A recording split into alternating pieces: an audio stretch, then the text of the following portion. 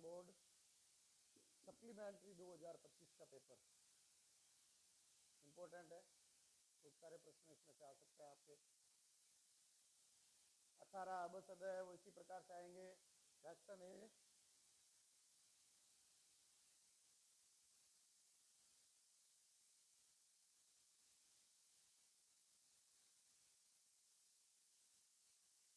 18 object type प्रश्न हुए और सबके उत्तर आपके सामने है। सोच के उत्तर देना आराम से। पहला प्रश्न है, कौन सा हार्मोन रक्त शर्करा का नियमन करता है?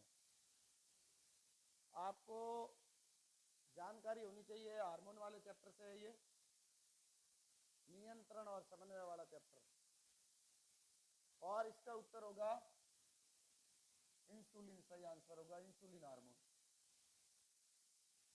पेपर में आपको निशान लगाना नहीं है, कॉपी में कैसे करना वो समझा दूंगा मैं। इस टाइप से आपको कॉपी में करना है। अब आपको बाकी वाले भी हार्मोन पता होना चाहिए, नहीं तो आप कुछ भी तुक्का लगा सकते हैं, ये तो गलत हो जाएगा। वृद्धि हार्मोन जो है वो पीयूष ग्रंथि से स्त्रावित होता है और ये लंबाई, शरीर की लंबाई की वृद्धि को प्रेरित करता है। वृद्धि के लिए प्रेरित करने वाला हार्मोन है लंबाई को, ठीक है ना। टेस्टोस्टेरोन है वो पुरुषों में वृषण ग्रंथि द्वारा स्त्रावित होने वाला नर जनन हार्मोन कहलाता है टेस्टोस्टेरोन। इसका भी प्रश्न बनाकर पूछ सकते हैं। एड्रीनलिन हार्मोन है वो एड्रीनल या अधिवृक्क ग्रंथि से स्त्रावित होता है, जो अधिक खुशी या गम के समय 8 इसको हम करो या मरो हार्मोन भी कहते थे। हृदय की धड़कन बढ़ जाती है इसके स्त्रावित होने से। दूसरा प्रश्न देखिए,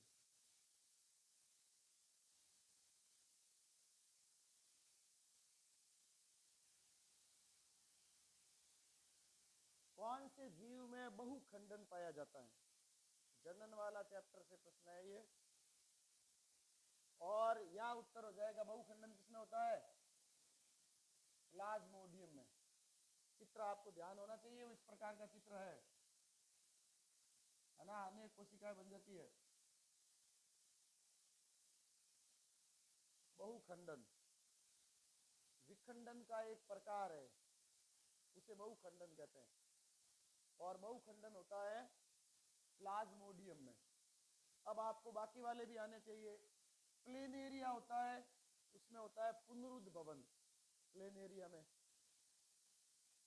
शरीर के कितने भी टुकड़े कर दें हम तक उसको, तो प्रत्येक टुकड़ा नए प्लेनेरिया में विकसित हो जाएगा। लेशमानिया, इसमें द्विखंडन होता है। विखंडन का प्रकार जो द्विखंडन है वो लेशमानिया में होता है। कालाजार का ये रोगाणु है, ये भी प्रश्न पूछा था बोर्ड ने। और हाइड्रा में मुकुलन के द्वारा। तो उत्तर इसका सही हो जाएगा प्लाज्मोडियम। अगला तीसरा प्रश्न देखिए, मानव शरीर में आहार नाल एक तंत्र का भाग है जो संबंधित है। आहार नाल है वो पाचन तंत्र से संबंधित है, डाइजेशन से संबंधित है। इससे सरल और कुछ पूछ सकता है बोर्ड, इतने सरल प्रश्न पूछता है, उसके बाद में भी देख लो। अगला प्रश्न देखिए, प्रश्न संख्या 4, निम्नलिखित में से कौन सा पादप हार्मोन कोशिका विभाजन को प्रेरित करता है? तो कोशिका विभाजन को प्रेरित करने वाला हार्मोन जो है वो है साइटोकाइनिन। आपको बाकी हार्मोन भी आने चाहिए। जिब्रेलिन है वो पौधे की तने की लंबाई को प्रेरित करता है, तने की लंबाई को बढ़ाता है जिब्रेलिन। एब्सेसिक अम्ल है ये पादप निरोधक हार्मोन है, पत्तियां मुरझा जाती है, इससे वृद्धि को रोकने वाला हार्मोन है ये। और ऑक्सीन है ये भी वृद्धि कारक है, तने की जो टिप होता है सबसे ऊपर का भाग उसकी लंबाई में वृद्धि करता है। लेकिन साइटोकाइनिन जो है फलों और बीजों में सबसे ज्यादा पाया जाता है, ये पूछा जाता है ये भी, और वो हार्मोन है साइटोकाइनिन जो कोशिका वृद्धि को प्रेरित करता है। नेक्स्ट देखिए, एकल संकर संकरण में F2PD में जीन संरचना। एकल संकर संकरण की F2PD पूछी है तो आपको ध्यान है, जैसे ये सतर्क पीढ़ी हो गई और इससे ये युग्मक बने और इससे सारे पौधे ये प्राप्त होंगे। ये तो पहली पीढ़ी है, जिसको पहली पीढ़ी को हम संकर पीढ़ी कहते हैं। सारे पौधे एक जैसे हैं, ये संकर पीढ़ी है, F1 पीढ़ी है। लेकिन जब इनमें क्रॉस कराया जाए, इनमें जो इसमें स्वपरागण होगा, ध्यान रखना, ये पर परागण है, संकरण है। तो ये फिर इससे ये हो गया, इसका क्रॉस इससे हुआ तो ये, और इसका क्रॉस इससे हुआ तो। अब देखो ये तीनों दिखने में एक जैसे होंगे तो 3:1 तो क्या होगा, कैसा अनुपात होता, लक्षण अनुपात होगा, ठीक है ना, फिनोटाइप।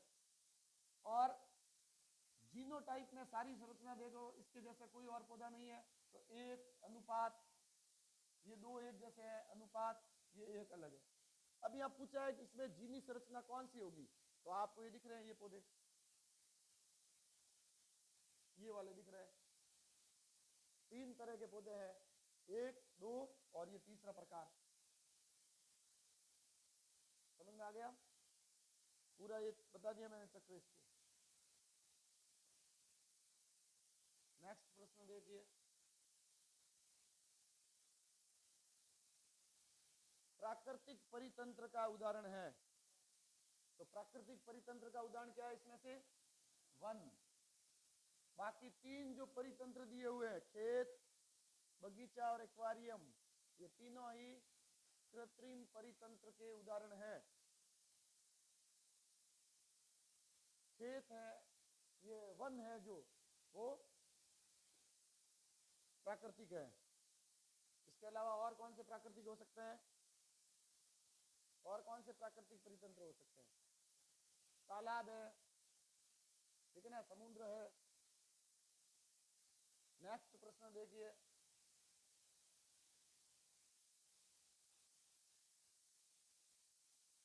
सात नंबर, किसी बिंब का अवतल दर्पण द्वारा बना प्रतिबिंब आभासी, सीधा और बिंब से बड़ा बनता है। आपको अवतल दर्पण में आपको ध्यान है, प्रतिबिंब हम जो है आभासी और वास्तविक दोनों प्रकार के बनते हैं अवतल दर्पण में। अवतल दर्पण जो है वो इस प्रकार का दर्पण है, इसमें आपकी अलग अलग स्थिति पर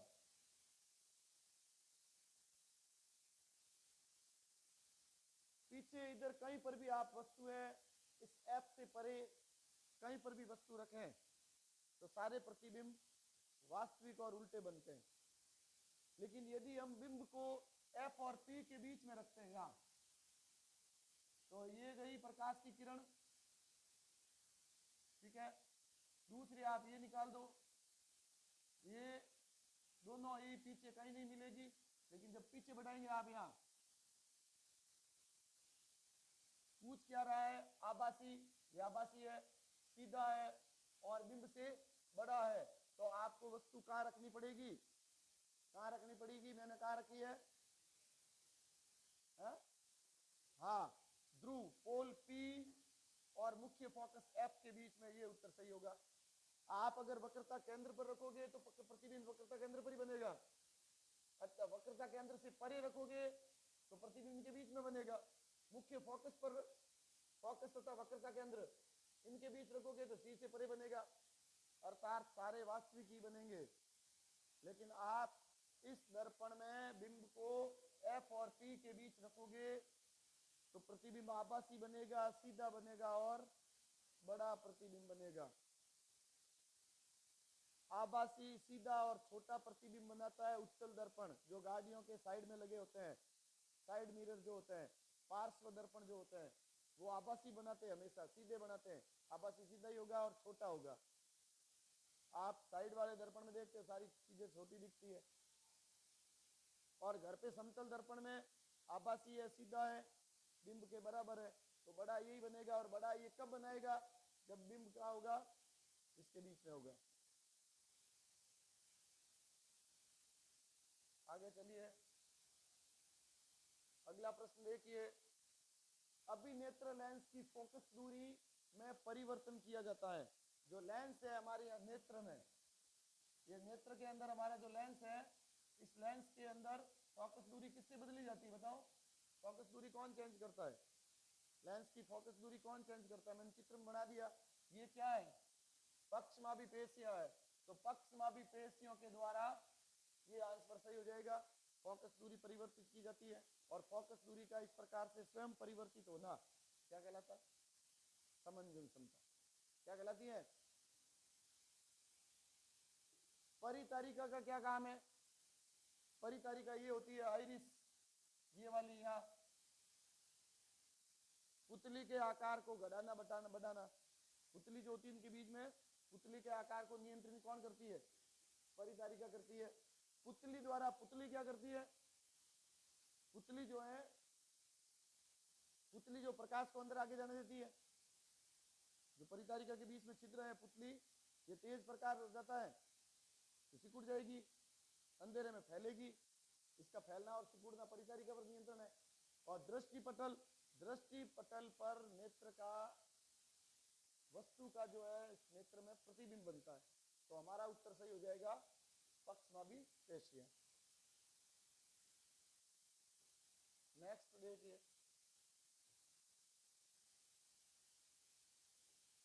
दिए गए परिपथ में प्रतिरोध R का मान ज्ञात करना है। देखो ये पहली बात तो आप देखो ये समांतर क्रम में है, श्रेणी क्रम में है। आप विद्युत धारा के साथ चलें, इसका मतलब दोनों ही श्रेणी क्रम में है, सीरियल कॉम्बिनेशन में है। और श्रेणी क्रम में आपको जानने सूत्र क्या होता है? तुल्य प्रतिरोध का R बराबर R1 प्लस R2। लेकिन R1 तो दिया हुआ है, R2 की जगह R दे दिया, V दे दिया, I दे दिया। आपको प्रतिरोध R का मान पूछा है तो R बराबर क्या होगा? ये तो R आ गया, क्योंकि आपको ध्यान है V इजिकल टू होता है IR, V बराबर होता है IR।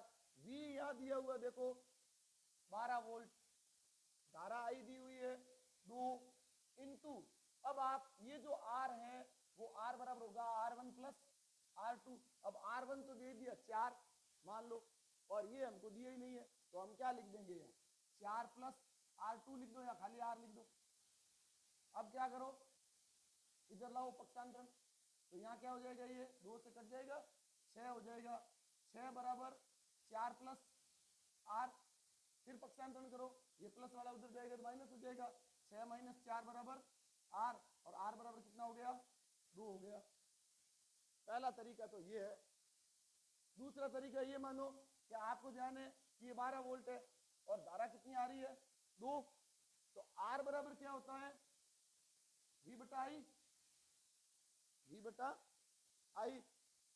अब V है 12 और I है 2, तो R कितना होना चाहिए? 6। R कितना होना चाहिए? 6। अपने पास 4 तो दिया हुआ है R, क्योंकि सीरियल कॉम्बिनेशन है। पीछे कितना बच गया? 2। तो हमारा उत्तर क्या हो जाएगा? श्रेणी क्रम है ये, 2 उत्तर होगा इसका। समझ में आया? कोई से तरीके से भी करो बोले। नेक्स्ट देखिए, नेक्स्ट हमारा प्रश्न है, दो बिंदुओं के बीच 2 कूलाम आवेश को ले जाने में 24 जूल कार्य किया जाता है। दोनों बिंदुओं के बीच विभवांतर क्या होगा? क्योंकि आपको ध्यान है जब अंकित प्रश्न करें दिया हुआ, ये दिया हुआ है Q बराबर 2 कूलाम, कार्य दिया हुआ है W बराबर 24 जूल, आपको V ज्ञात करना है। इन तीनों से आपको एक फॉर्मूला कोर्स में है, V बराबर W बट्टा Q। तो हमारे पास फॉर्मूला है V बराबर W बट्टा Q, और W दिया हुआ है 24 बट्टा 2, तो V कितना आ जाएगा? 12 वोल्ट हो जाएगा। कितना हो जाएगा भाई? 12 वोल्ट। तो हमारा आंसर क्या हो जाएगा इसमें? 12 वोल्ट। आप ये ना सोचें कि भाई ये अंकित सवाल इनको करके करना पड़ेगा तो सीधा ही उत्तर आ जाए। हाँ होशियार है तो सीधा ही निकाल सकता है, ऐसी कोई बात है नहीं, सूत्र आना चाहिए सही सही। नेक्स्ट प्रश्न देखिए, विद्युत धारावाही चालक के कारण उत्पन्न होता है। आपने पीछे धारावाही चालक पढ़ा है, जब किसी चालक में विद्युत धारा भेजते हैं तो उसके चारों ओर क्या उत्पन्न होता है? चुंबकीय क्षेत्र। तो उत्तर क्या होगा? चुंबकीय क्षेत्र, ये उत्तर होगा। धारावाही चालक के कारण केवल चुंबकीय क्षेत्र उत्पन्न होगा। चालक इसमें ऑलरेडी भेज रहे हैं तो चुंबकीय क्षेत्र उत्पन्न होगा। नेक्स्ट देखिए,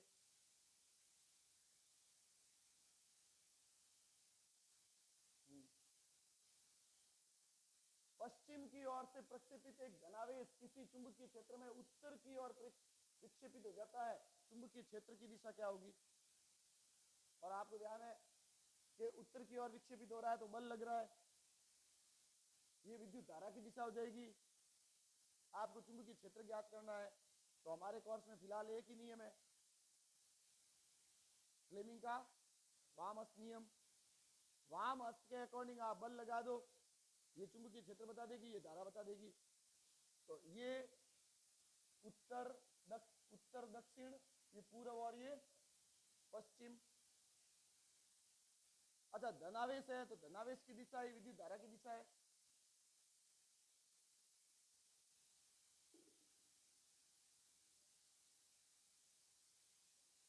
हाँ दे दो जल्दी। अब आप देखो, विद्युत धारा की दिशा हो गई ये पश्चिम की ओर, ये लग गया क्या? बल। अब मेरा अंगूठा होना चाहिए इधर, धारा वाली अंगुली इधर होनी चाहिए, तो मेरी ये अंगुली अपने आप चुंबकीय क्षेत्र बताएगी। तो मुझे कैसे करना चाहिए? दिख रहा है ये? तो किधर होगा? किधर होगा? उत्तर क्या होगा बताओ? अंगूठा बल की ओर है, विद्युत धारा की ओर है। इलेक्ट्रॉन होता तो उसके विपरीत दिशा में विद्युत धारा करते, तो क्या उत्तर हो जाएगा? ऊपरी मुखी। क्या उत्तर हो जाएगा? ऊपरी मुखी उत्तर हो जाएगा। नेक्स्ट देखो, सूर्य के प्रकाश में उपस्थिति, सूर्य के प्रकाश की उपस्थिति में सिल्वर क्लोराइड AgCl है, सूर्य के प्रकाश में रखेंगे तो क्या बनेगा? Ag+। तो यहाँ कौन सी गैस उत्तर हो जाएगा? Cl2 सही उत्तर, क्लोरीन। नेक्स्ट देखो, अब कौन सा भाग कितने समय में करना है वो सारी चीज मैं आपको आगे बताऊंगा कि भाग को आपको कितने टाइम में पूरा करना है, ब को कैसे करना है, ग को कैसे करना है। जठर रस जो हमारे आमाशय में होता है, जठर रस की pH क्या होगी इसमें? ये 1.2 हो जाएगी। ठीक है, नेक्स्ट देखो,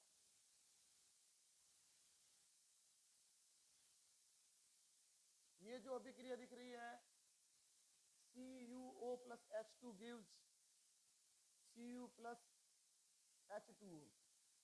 अब देखो, इससे बन रहा है ये और इससे बन रहा है ये, या तो ऑक्सीजन निकल रही है तो यहाँ क्या हो रहा है? इसका अपचयन हो रहा है, और वहां उसका क्या हो रहा है?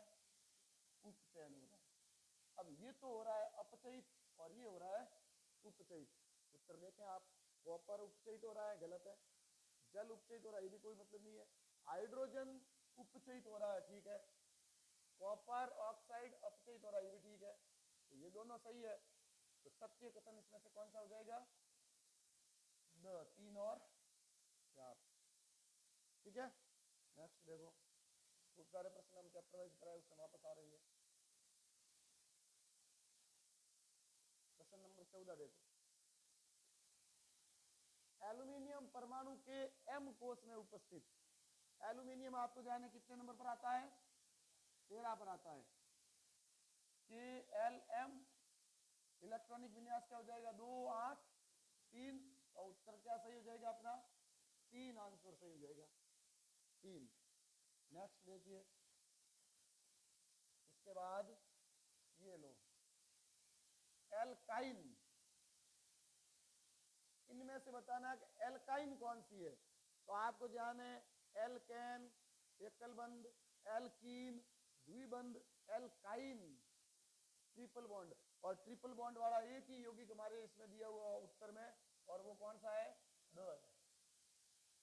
और ये मैथ एथ मतलब ये एथाइन है, और एथाइन एल्काइन का ही तो उदाहरण है, इसका आंसर हो जाएगा द। नेक्स्ट देखो, इस चैप्टर से आएंगे इस बार भी, अब टाइम भी पूछे जा सकते हैं। नेक्स्ट प्रश्न है ब्यूटेन में उपस्थित बंधों की संख्या। क्योंकि ब्यूटेन जो है वो इसमें ये भी दे दिया C4H10, तो कार्बन 4 है, 1 2 3 4 और हाइड्रोजन ये लगा दो। कितने हाइड्रोजन हो जाएंगे? 1 2 3 4 5 6 7 8 9 और 10। अब ये कह रहा बंद कितने हैं, तो ये गिनो 1 2 3 4 5 6 7 8 9 10 11 12। तो आंसर क्या हो जाएगा? एकल बंद कितने हैं इसमें? 13। वैसे ये 10 और 4 14 में से एक कम हो जाएगा। एल्केन में ऐसे ज्ञात कर सकते हैं। रिक्त स्थान। अब ये आपके अ भाग के 18 प्रश्न पूरे हो गए और हर प्रश्न 1 नंबर का है। अगर ध्यान से इनको किया तो 18 में से 18 पूरे हो जाएंगे यहाँ, और नहीं तो 18 भी जा सकते हैं, दोनों बातें। थायरॉक्सिन हार्मोन के संश्लेषण के लिए आपको ध्यान है कि थायराइड ग्रंथि जो अंतःस्रावी ग्रंथि जो होती है, एंडोक्राइन जो ग्लैंड है उनकी सबसे बड़ी ग्रंथि है थायराइड, जो गले में स्थित होती है। इससे हार्मोन निकलता है थायरॉक्सिन। और थायरॉक्सिन बनाने के लिए कौन से तत्व की जरूरी होती है? आयोडीन तत्व की। कौन सी होती भाई? तो उत्तर क्या हो जाएगा यहाँ पे? आयोडीन सही होगा। ऐड देखी होगी, आयोडीन युक्त नमक खाइए,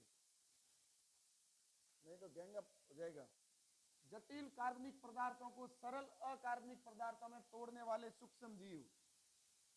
सबसे अंतिम चैप्टर में आपने पढ़ा है उत्पादक, उपभोक्ता और तीसरे अपघटक या सूक्ष्म उपभोक्ता जिनको कहते हैं। वो जटिल पदार्थों को सरल में तोड़ते हैं, सरल अकार्बनिक में। तो यहाँ उत्तर हो जाएगा वो क्या कहलाएंगे? अपघटक लिखेंगे आप, या आप मार्जक भी लिख सकते हैं, ठीक है ना? अपघटक। नेक्स्ट देखिए,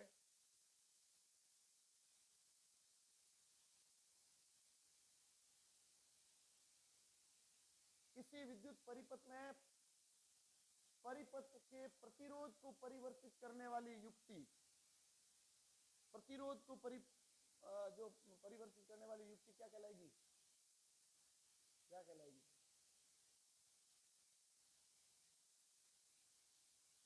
धारा नियंत्रक का नाम सुना है? या परिवर्ती प्रतिरोध, उसके चित्र बनाए हैं कभी?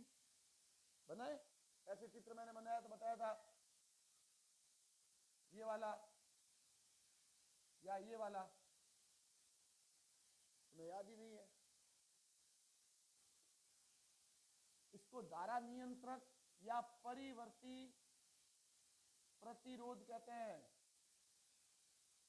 जो धारा को नियंत्रित करता है, प्रतिरोध को परिवर्तित करता है। तो उत्तर हो जाएगा हमारा परिवर्ती प्रतिरोध, या हम इसकी जगह पर धारा नियंत्रक भी लिख सकते हैं। दोनों एक ही चीज है, जिसको हम RS लिखते हैं, रियोस्टेट। याद है कुछ? नाम सुना है? आपको लाके प्रयोगशाला से बताया था मैंने एक दिन। धारा नियंत्रक है ये, रियोस्टेट कहते हैं इसको। नहीं बताया क्या? चुंबकीय क्षेत्र में किसी विद्युत धारावाही चालक पर बल की दिशा। आप चुंबकीय क्षेत्र में कोई धारावाही चालक रखते हैं तो बल की दिशा कौन से नियम से ज्ञात करते हैं भाई? अभी मैंने बताया था ये फ्लेमिंग के वाम हस्त नियम, फ्लेमिंग के वाम हस्त नियम, वाम हस्त नियम, अभी मैंने समझाया था ये। नेक्स्ट देखिए, बुझे हुए चूने का रासायनिक नाम लिखना है। क्या होगा भाई? कैल्शियम हाइड्रोक्साइड इसका होगा। CaOH का आपको सूत्र नहीं, नाम पूछा है तो आपको नाम ही लिखना है, सूत्र न लिखे। नाम पूछे तो नाम, सूत्र पूछे तो सूत्र। पुराने पेपर भी करा दिया है तो और क्या करवाना बता, इसके बाद में भी नहीं पढ़ोगे तो फिर। नेक्स्ट देखो, चांदी और तांबे में से कौन ज्यादा आघात वर्धनीय है? चांदी उत्तर सही होगा। आपने देखा होगा मिठाई के ऊपर जो वर्क लगा होता है चांदी का होता है, आजकल तो डुप्लीकेट भी हो सकता है एल्यूमिनियम का, लेकिन चांदी सबसे ज्यादा आघात वर्धी होती है। पतले पत्रे बनाए जा सकते हैं, इन दोनों में से चांदी चांदी सही होगा। अभी आपके 6 खाली जगह हो गई, 24 नंबर के सवाल हो गए, और जिसमें एक प्रश्न ज्यादा से ज्यादा 1 मिनट से ज्यादा समय नहीं लेता है। आधा घंटा मान लें, इस बात को करने में आधा घंटा मान लें, आधे घंटे में सीधे से नंबर हो जाते हैं। 24 सही होंगे तो 24 है, और सबके उत्तर बिल्कुल छोटे छोटे हैं। विस्तृत आपके पूरा गहराई से पढ़ा हुआ है तब उत्तर आएगा। नेक्स्ट देखो भाई, तीसरा प्रश्न जिसमें आपके एक लाइन में या एक शब्द में 12 प्रश्न होंगे, और 12 ही एक एक नंबर के और लो, कितने 18 वो हो गए और 6 खाली जगह, 24 और 12 ये 36 नंबर के प्रश्न को करने में 1 घंटे से ज्यादा टाइम नहीं लगता।